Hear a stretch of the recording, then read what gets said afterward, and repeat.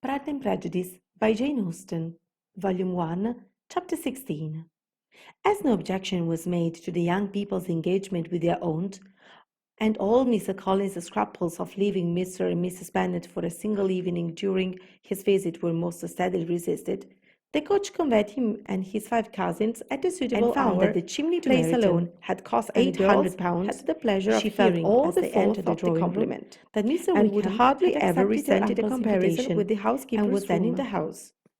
When When this describing to information was her all given, the grandeur and of they all Lady had Catherine taken and their her seats, mansion, Mr. with Collins occasional was at digressions leisure in to praise look of his around own him and humble admire, abode, as he and was the so much improvements struck it with was design receiving, and furniture he of was the happily apartment, employed until the that he gentlemen declared joined he them, might almost have and he found supposed in Mrs. himself Phillips in a a small very attentive summer-breakfast listener, parlour at whose opinion of Rosings, his a consequence comparison that increased did with not what at first she convey heard, much gratification, and who but was resolving when to Mrs. reveal Phillips it all understood among from her him neighbours what as soon Rosings as she was, could, and who was its to the girls, proprietor, who could not when she listen to had their listened to the cousin, description and who of had only nothing to one do of but to Lady wish for Catherine's an drawing instrument, rooms, and it was over examine at their own last, indifferent however. imitations of The china on gentlemen the did approach, mantelpiece, and when the Mr. interval of Wickham walked waiting into the appeared room, very long. Elizabeth felt that she had neither been seeing him before, nor thinking of him since, with the smallest degree of unreasonable admiration.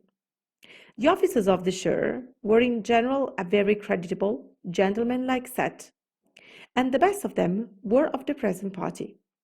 But Mr. Wickham was as far beyond them in person, countenance, air, and walk, as they were superior to the broad-faced, stuffy Uncle Phillips, breathing port wine, who followed them into the room. Mr. Wickham was the happy man towards whom almost every female eye was turned, and Elizabeth was the happy woman by whom he finally seated himself. And the agreeable manner in which he immediately fell into conversation, though it was only on its being a wet night and on the probability of a rainy season, made her feel that the commonest, dullest, most threadbare topic might be rendered interesting by the skill of the speaker. With such rivals for the notice of the fair as Mr. Wickham and the officers, Mr. Collins seemed likely to sink into insignificance. To the young ladies he certainly was nothing, but he had still in intervals a kind listener in Mrs. Phillips, and was, by her watchfulness, most abundantly supplied with coffee and muffin. When the card tables were placed, he had an opportunity of obliging her in return by sitting down to whist. "I know little of the game at present," said he, "but I shall be glad to improve myself, for in my situation of life—" Mrs. Phillips was very thankful for his compliance, but could not wait for his reason. Mr. Wickham did not play at whist, and with ready delight was he received at the other table between Elizabeth and Lydia. At first there seemed danger of Lydia's engrossing him entirely, for he was a most determined talker, but being likewise extremely fond of lottery tickets, she soon grew too much interested in the game, too eager in making bets and exclaiming after prizes, to have attention for any one in particular. Allowing for the common demands of the game, Mr. Wickham was therefore at leisure to talk to Elizabeth, and she was very willing to hear him, though what she chiefly wished to hear she could not hope to be told, the history of his acquaintance with Mr. Darcy. She dared not even mention that gentleman. Her curiosity, however, was unexpectedly relieved. Mr. Wickham began the subject himself. He inquired how far Netherfield was from Meryton, and after receiving her answer, asked in an hesitating manner how long Mr. Darcy had been staying there. "About a month," said Elizabeth, and then, unwilling to let the subject drop, added, "He's a man of very large property in Derbyshire, I understand." "Yes," replied Wickham, "his estate there is a noble one, a clear 10,000 per annum. You could not have met with a person more capable of giving you certain information on that head than myself, for I have been connected with his family in a particular manner from my infancy." Elizabeth could not but look surprised. "You may well be surprised, Miss Bennet, at such an assertion, after seeing, as you probably might, the very cold manner of our meeting yesterday. Are you much acquainted with Mr. Darcy?" "As much as I ever wished to be," cried Elizabeth warmly. "I have spent 4 days in the same house with him, and I think him very disagreeable." "I have no right to give you my opinion," said Wickham, "as to his being agreeable or otherwise. I am not qualified to form one. I have known him too long and too well to be a fair judge. It is impossible for me to be impartial, but I believe your opinion of him would in general astonish, and perhaps you would not express it quite so strongly anywhere else. Here you are in your family. Upon my word, I say no more here than I might say in any house in the neighbourhood, except Netherfield. He is not at all liked in Hertfordshire. Everybody is disgusted with his pride. You will not find him more favourably spoken of by anyone. I cannot pretend to be sorry, said Wickham, after a short interruption, that he or any man should not be estimated beyond their deserts. That he or any man should not be estimated beyond their deserts. But with him, I believe it not often happen. The world is blinded by his fortune and consequence, or frightened by his high and imposing manners, and sees him only as he chooses to be seen. I should think him, even on my slight acquaintance, to be an ill-tempered man. Wickham only shook his head.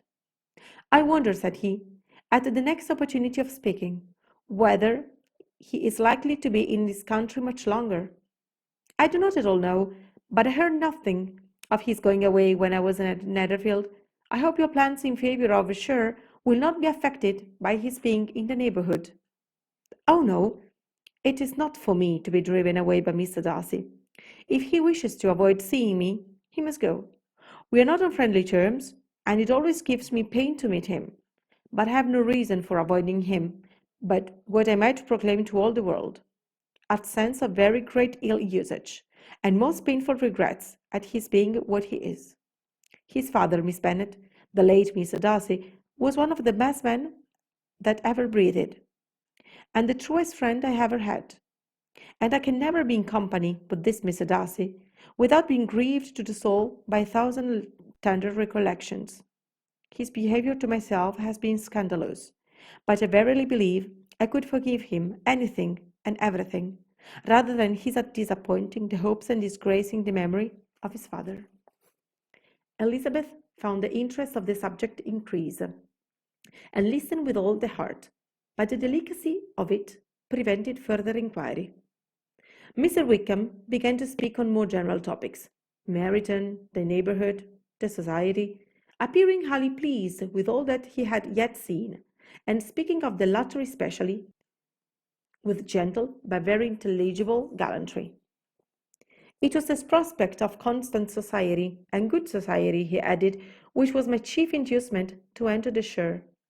I knew it to be a most respectable, agreeable copse, and my friend Denny tempted me farther by his account of their present quarters, and the very great attentions and excellent acquaintance Meryton has procured them. Society, I own, is necessary to me. I have been a disappointing man, and my spirits will not bear solitude. I must have employment and society. A military life is not what I was intended for, but circumstances have now made it illegible. The church ought to have been my profession. I was brought up for the church, and I should at this time have been in possession of a most valuable living, had it pleased the gentleman we were speaking of just now. Indeed, yes, the late Mr. Darcy bequeathed me the next representation of the best living in his gift. He was my godfather, and excessively attached to me. I cannot do justice to his kindness. He meant to provide for me amply, and thought he had done it, but when the living fell, it was given elsewhere. Good heavens, cried Elizabeth, but how could that be? How could this will be disregarded? Why did you seek legal redress? There was just such an informality in the terms of the bequest as to give me no hope from law. A man of honour could not have doubted the intention, but Mr. Darcy chose to doubt it, or to treat it as a merely conditional recommendation, and to assert that I have forfeited all claim it to be extravagance, imprudence, in short, anything or nothing. Certain it is that the living became vacant 2 years ago, exactly as I was of an age to hold it, and that it was given to another man, and no less certain it is that I cannot accuse myself of having really done anything to deserve to lose it. I have a warm, unguarded temper, and I may perhaps have sometimes spoken of my opinion of him, and to him, too freely. I can recall nothing worse, but the fact is that we are very different sort of men, and that he hates me. This is quite shocking. He deserves to be publicly disgraced. Sometime or other he will be, but it shall not be by me. Till I can forget his father, I can never defy or expose him. Elizabeth honored him for such feelings, and thought him handsomer than ever as he expresses them. But what, said she after a pause, can have been his motive? What can have induced him to behave so cruelly? A thorough, determined dislike of me, a dislike which I cannot but attribute in some measure to jealousy. Had the late Mr. Darcy liked me less, his son might have borne with me better. But his father's uncommon attachment to me irritated him, I believe, very early in life. He had not the temper to bear the sort of competition in which we stood, the sort of preference which was often given me. I had not thought Mr. Darcy so bad as this, though I never liked him. I have not thought so very ill of him. I had supposed him to be despising his fellow creatures in general, but did not suspect him of descending to such malicious revenge, such injustice, such inhumanity as this. After a few minutes' reflection, however, she continued, I do remember his boasting one day at Netherfield of the implacability of his resentments, of his having an unforgiving temper. His disposition might be dreadful. I will not trust myself on the subject, replied Wickham. I can hardly be just to him. Elizabeth was again deep in thought, and after a time exclaimed, to treat in such a manner the godson, the friend, the favourite of his father! She could have added, a young man too, like you, whose very countenance may vouch for your being amiable, but she contented herself with, and one too, who had probably been his own companion from childhood, connecting together, as I think you said, in the closest manner. We were born in the same parish, within the same park. The greatest part of our youth was passed together, inmates of the same house, sharing the same amusements, objects of the same parental care. My father began life in the profession which your uncle, Mr. Phillips, appears to do so much credit to. But he gave up everything to be the use of the late Mr. Darcy, and devoted all his time to the care of the Pemberley property. He was most highly esteemed by Mr. Darcy, a most intimate, confidential friend. Mr. Darcy often acknowledged himself to be under the greatest obligations to my father's active superintendence, and when immediately before my father's death, Mr. Darcy gave him a voluntary promise of providing for me, I am convinced that he felt it to be as much as that of gratitude to him as of affection to myself. How strange, cried Elizabeth, how abominable!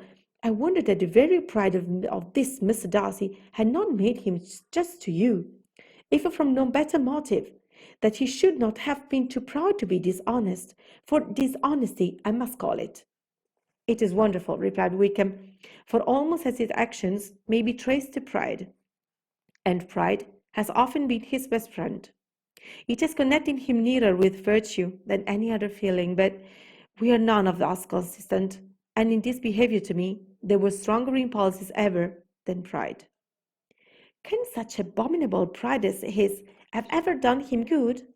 Yes, it has often led him to be liberal and generous, to give his money freely, to display hospitality, to assist his tenants and relieve the poor.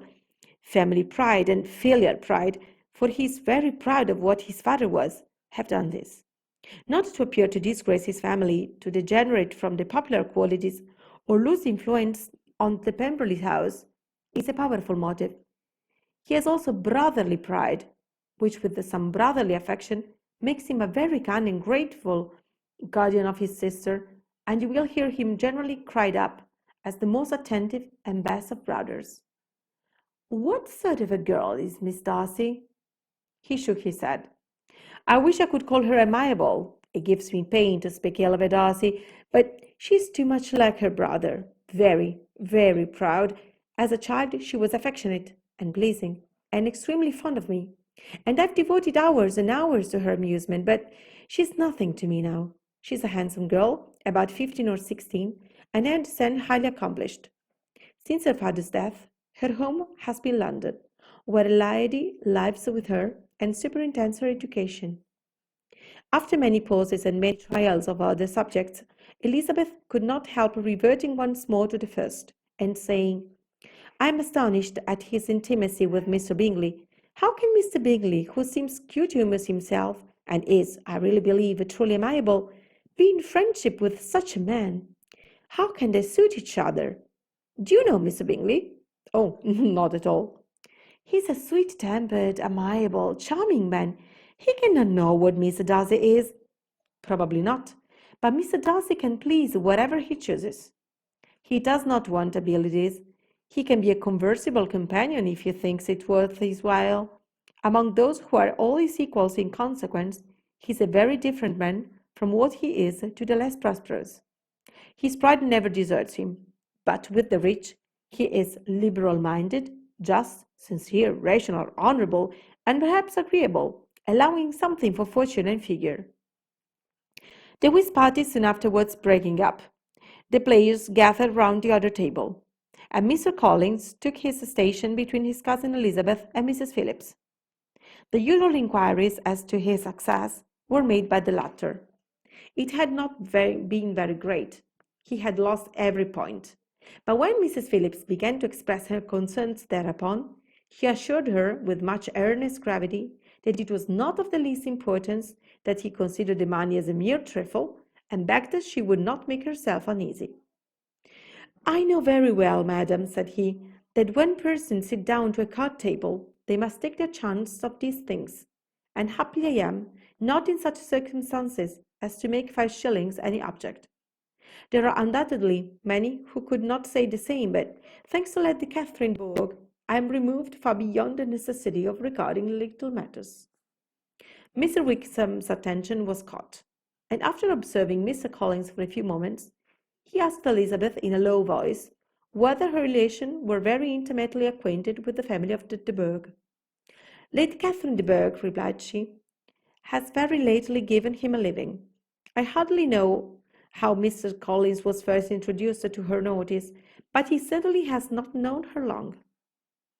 "You know, of course, that Lady Catherine Bourgh and Lady Anne Darcy were sisters, consequently that she is owned to the present Mr. Darcy." "No, indeed I did not. I knew nothing at all of Lady Catherine's connections. I never heard of her existence till the day before yesterday." "Her daughter, Miss de Bourgh, will have a very large fortune, and it is believed that she and her cousin will unite the two estates." This information made Elizabeth smile, as she thought of poor Miss Bingley. Vain indeed must be all her attentions, vain and useless her affection for his sisters and her praise of himself, if he were already self-destined to another. "Mr. Collins," said she, "speaks highly both of Lady Catherine and her daughter, but from some particulars that he has related to her ladyship, I suspect his strategy misleads him, and that in spite of her being his patroness, she is an arrogant, conceited woman." "I believe her to be both in great degree," replied Wickham.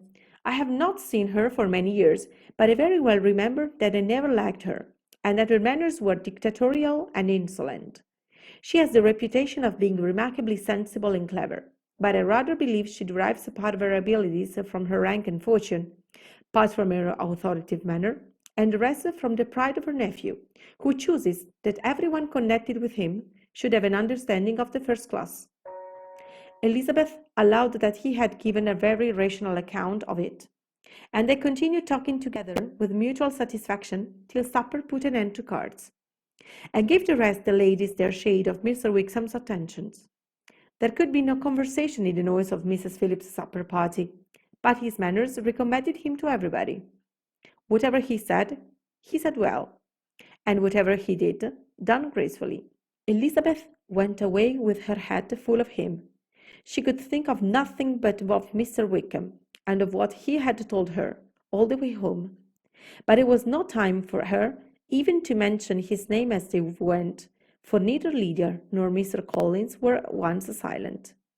Lydia talked incessantly of lottery tickets, of the fish she had lost and the fish she had won, and Mr. Collins, in describing the civility of Mr. and Mrs. Phillips, protesting that he did not in the least regard his losses at whist, enumerating all the dishes at supper, and repeatedly fearing that he crowded his cousins, had more to say than he could well manage before the carriage stopped at Langbourn House.